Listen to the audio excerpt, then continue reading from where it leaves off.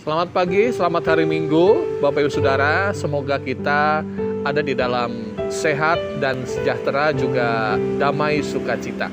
Kita akan bersama-sama merenungkan firman Tuhan pada pagi hari ini. Mari kita mempersiapkan hati dan pikiran kita.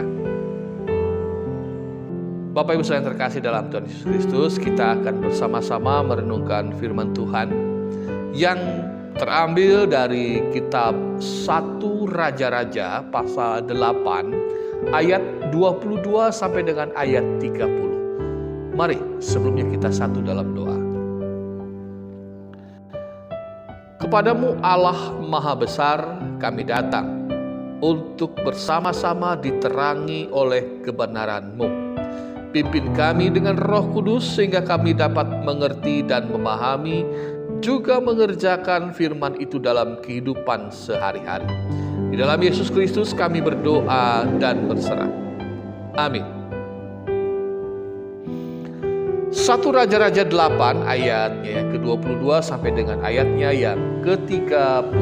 Demikian bunyi firman Tuhan. Doa Salomo. Kemudian berdirilah Salomo di depan mezbah Tuhan, di hadapan segenap jemaah Israel. Ditadahkannyalah tangannya ke langit, lalu berkata, Ya Tuhan Allah Israel, tidak ada Allah seperti Engkau di langit, di atas dan di bumi di bawah.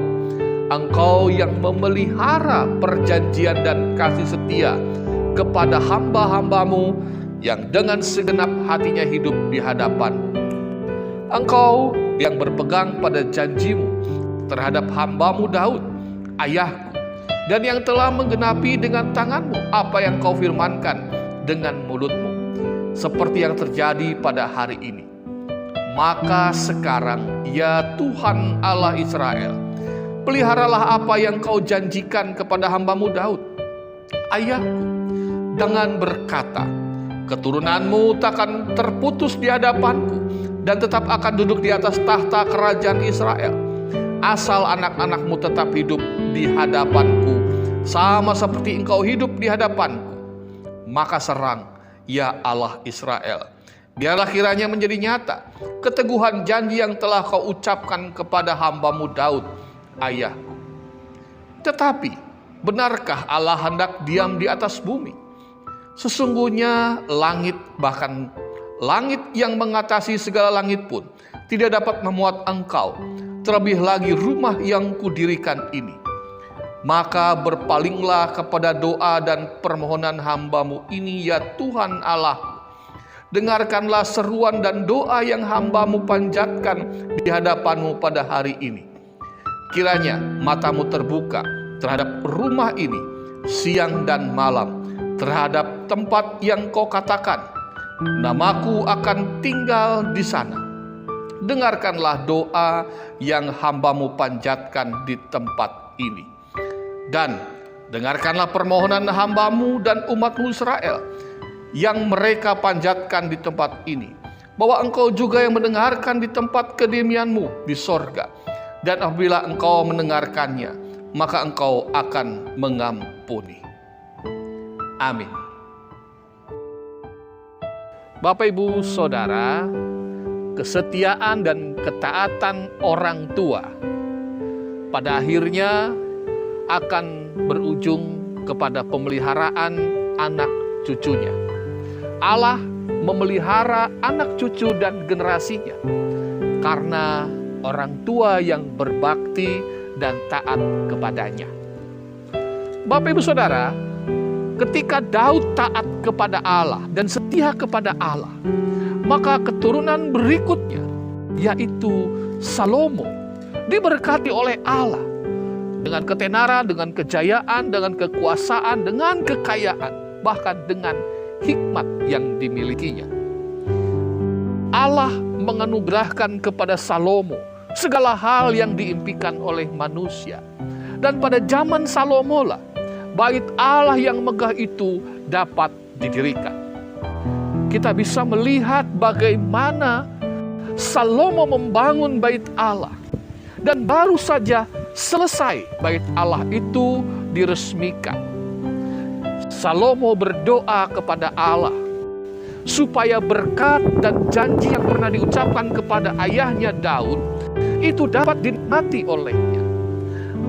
Allah berjanji kepada Daud, kepada keturunan Daud, bahwa keturunannya akan duduk pada tahta kerajaan dan akan menjadi keturunan yang diberkati oleh Allah. Asalkan anak, cucu, dan keturunan Daud hidup setia kepada Allah. Bapak, Ibu, Saudara, Salomo hidup taat dan setia kepada Allah. Maka di dalam perjalanannya ia diberkati oleh Allah. Bait suci dapat ia bangun dengan begitu megah. Itu merupakan berkat dari Allah, bahwa Allah percaya kepadanya. Dan di dalam pembangunan itu, setelah selesai, Salomo berdoa kepada Allah supaya Allah tinggal di sana, supaya Allah mengabulkan doa-doa umat ketika umat datang beribadah, supaya Allah mengampuni dosa-dosa umat ketika umat datang dan mengakui dosa di rumah ibadah atau bait Allah itu.